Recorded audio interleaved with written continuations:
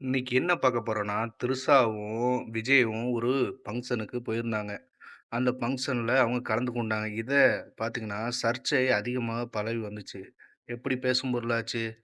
இவங்க சொன்ன மாரி உண்மையில தான் இப்படி இருக்காங்க, அப்படி இருக்காங்கன்னு பெரிய பேச்சே நடந்து கொண்டிருந்துச்சு. இந்த நிலையில தான் பார்த்திபன் இத பத்தி ஒரு சர்ச்சைய கிளப்பி விட்டாரு. அதாவது பார்த்தீங்கன்னா, ஒரு ஆடியோ லான்ச்சுக்கு அவரு போயிருந்திருக்காரு.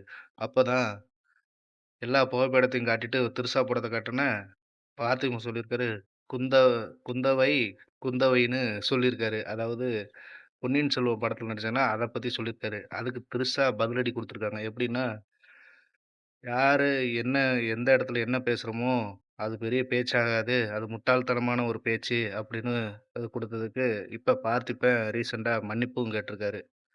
அது என்னோட தப்பு. இத நான் திருத்திக் காட்ட வழி இல்லன்னு அவர் சொல்லியிருக்காரு.